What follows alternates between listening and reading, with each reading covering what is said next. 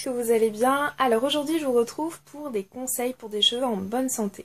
J'avais fait un article sur mon blog qui s'appelle aussi Ebony Diary où je vous proposais en fait, pour ceux et celles qui ne connaissent pas le blog, je vous mets tout en barre d'informations et je vous mettrai aussi le lien de l'article où j'avais déjà en fait parlé de différents conseils, 5 conseils exactement, pour avoir des cheveux en bonne santé. Et en fait je me suis dit que ce serait sympa de vous le proposer en vidéo. Pour ceux qui ne connaîtraient pas mon article et aussi pour étoffer en fait ces conseils parce que il y a encore d'autres conseils au-delà des 5 proposés dans l'article que je peux vous donner. Donc je vais être honnête avec vous, c'est des conseils que j'essaie d'appliquer. Je suis pas quelqu'un de très rigoureux pour tous les conseils, mais c'est des choses qu'il faut essayer de mettre en place et il faut essayer de s'y tenir en fait. Donc c'est sûr qu'on n'a pas forcément toujours le temps, on n'a pas forcément la patience. Le souci, c'est qu'on a des cheveux qui ont besoin qu'on prenne du temps pour eux, qu'on soit délicate. Et voilà, c'est des petits conseils, je pense, qui sont assez importants et qu'il faudra mettre en place. Je vais surtout orienter sur les mauvaises pratiques, les petites erreurs qu'on a tendance à faire, et pour vraiment qu'on puisse les retirer de notre routine capillaire et qu'on puisse se concentrer sur les choses qui sont bénéfiques pour nos cheveux. Donc c'est parti. Alors avant de commencer les conseils en fait, petite annonce qui n'a absolument rien à voir avec les cheveux, j'ai participé en fait à une vidéo avec Monsieur G, donc sur la chaîne de Monsieur G avec d'autres youtubeurs, et c'était super sympa. En fait le principe c'était de faire un casting pour remplacer Monsieur G. Donc pour celles et ceux qui ne connaîtraient pas Monsieur G, je vous mets tout en barre d'informations, le lien de sa chaîne.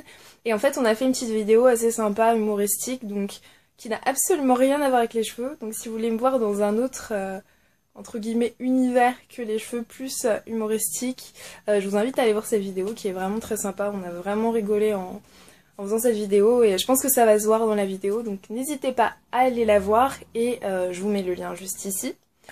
Et mettre un petit pouce vers le haut si la vidéo vous a plu. Donc là maintenant on passe aux conseils. Alors le premier point ça va être de ne pas trop manipuler nos cheveux. C'est une chose que j'ai mis beaucoup de temps à mettre en place parce que j'ai très souvent envie de changer de coiffure. J'ai envie de faire des box braids, des vanilles, j'ai envie de me faire un chignon. Donc voilà, c'est vraiment une chose qu'il faut qu'on mette en place assez rapidement parce que le fait de souvent toucher nos cheveux, ça favorise la casse des cheveux. Donc quand je dis toucher ses cheveux, c'est les démêler tous les jours, très souvent changer de coiffure, les tirer, mettre des coiffures beaucoup trop lourdes.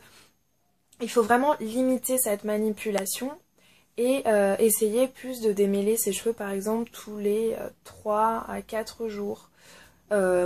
Moi c'est vraiment une chose que j'ai vraiment eu du mal à mettre en place parce que pour vous donner un exemple, je faisais des vanilles tous les soirs, mais pas des vanilles juste avec les doigts, c'est vraiment je démêlais avec la brosse, avec le peigne et après je faisais mes vanilles, etc.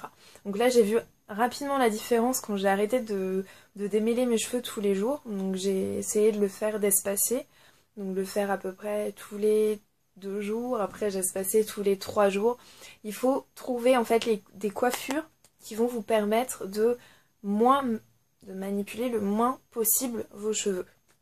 Donc là par exemple vous voyez j'ai les cheveux ondulés parce que je me suis fait des vanilles et je les ai gardées des petites et je les ai gardées pendant 4 jours. Donc là je les ai retirées tout à l'heure.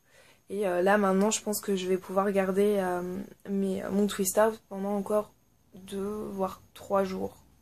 Mais je suis pas trop sûre. Mais je vais essayer vraiment de pas trop manipuler mes cheveux. Donc là je les ai juste attachés. J'ai mis quelques épingles pour faire une coiffure mais j'ai pas du tout démêlé, rien du tout. Donc vraiment c'est une chose qui est assez importante parce que c'est vrai que souvent on se dit « Ah mais mes cheveux poussent pas » mais c'est parce qu'on n'arrive pas à maintenir nos longueurs.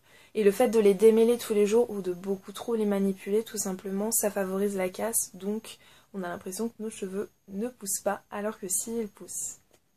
Alors le deuxième point ça va être les sources de chaleur.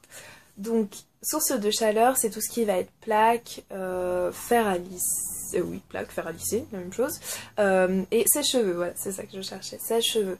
Donc là ça va être éviter de se lisser les cheveux tous les jours.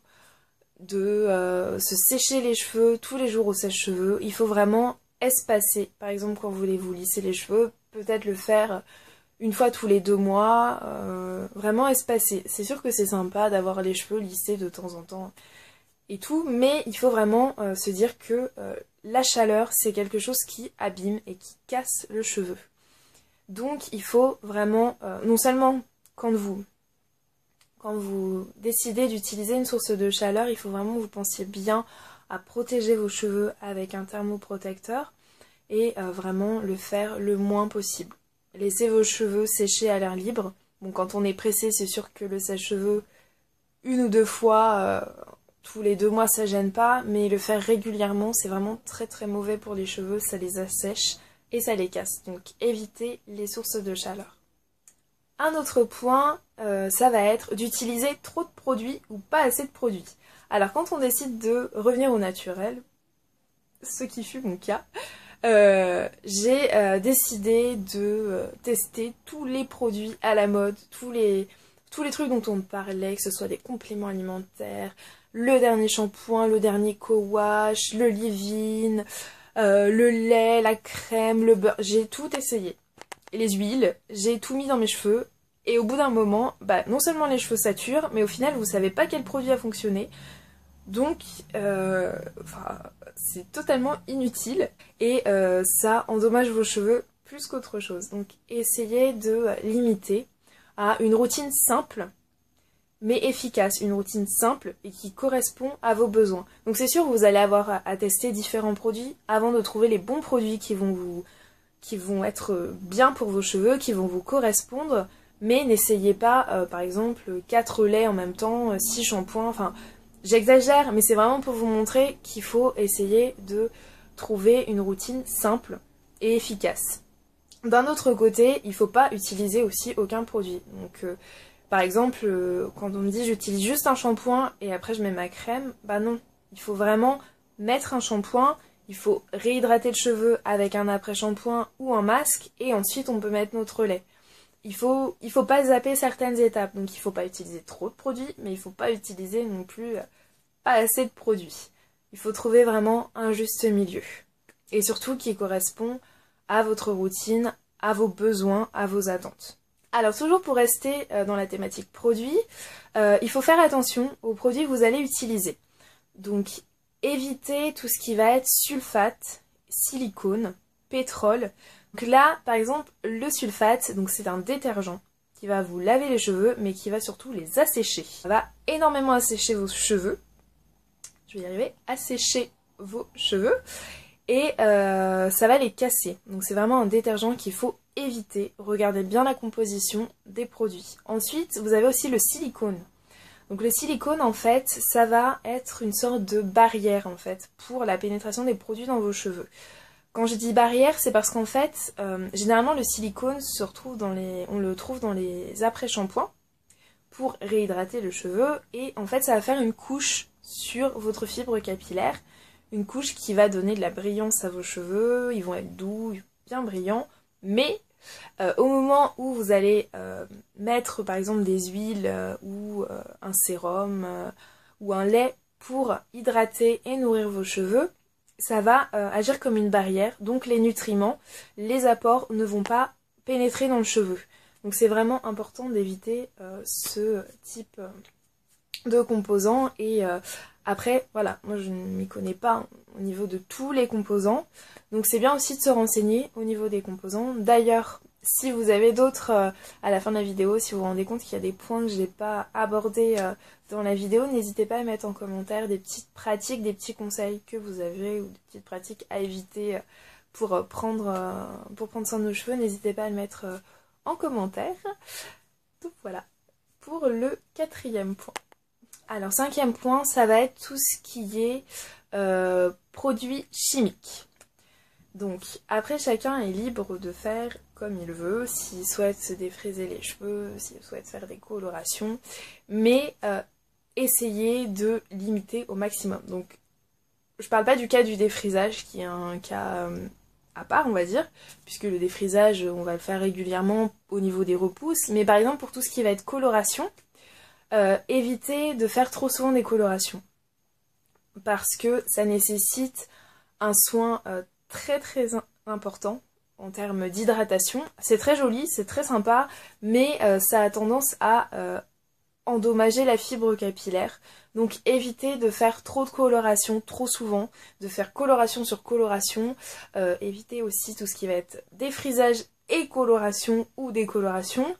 Voilà, essayez d'éviter tout ce qui est produits chimiques qui risquent d'endommager la fibre capillaire.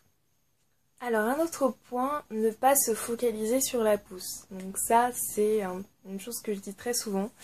C'est plus facile à dire qu'à faire, parce que c'est vrai qu'on a envie que nos cheveux atteignent une certaine longueur et c'est vrai qu'on a souvent tendance à checker au niveau de la taille, etc.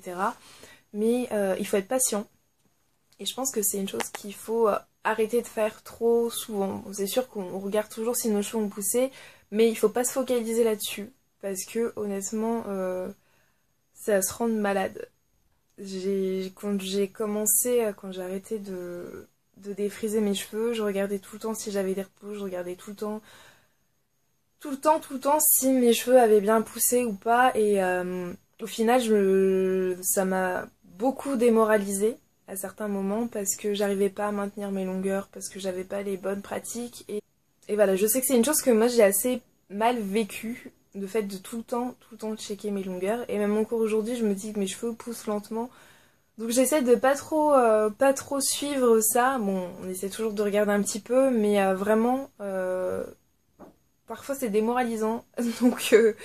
Donc voilà, c'est un conseil que je peux vous donner, c'est arrêter de vraiment tout le temps regarder ces longueurs. Est-ce que mes cheveux ont poussé? Est-ce qu'ils ont atteint telle ou telle longueur? C'est cool quand ils ont poussé, on est content, mais quand ils n'ont pas poussé, on n'est pas super content. Donc voilà, c'est un conseil que je peux vous donner comme ça. Et le dernier point, ne pas se décourager. Donc là, pareil, moi c'est une chose que j'ai mis en place, j'ai décidé d'arrêter de me décourager à partir du moment où j'ai arrêté de checker mes longueurs tout le temps. Parce que au bout d'un moment, c'était fatigant et je pense qu'on a plein d'autres choses à faire aussi dans la vie. Que de regarder ses longueurs constamment, d'être tout le temps focalisé sur ses cheveux. Et donc voilà, ne pas se démoraliser, continuer à prendre soin de ses cheveux sans forcément être constamment sur ses cheveux, à se dire est-ce qu'ils ont poussé, est-ce qu'ils sont comme ça. Voilà, il faut pas se décourager, il faut être patient et puis voilà. Alors j'espère que la vidéo vous aura plu. N'hésitez pas donc à me dire s'il y a des conseils que j'ai pas donnés et qui vous semblent vraiment importants et indispensables à les mettre en commentaire. Je vous fais de très très gros bisous et je vous dis à la semaine prochaine. Et merci d'avoir regardé la vidéo jusqu'au bout. Bye.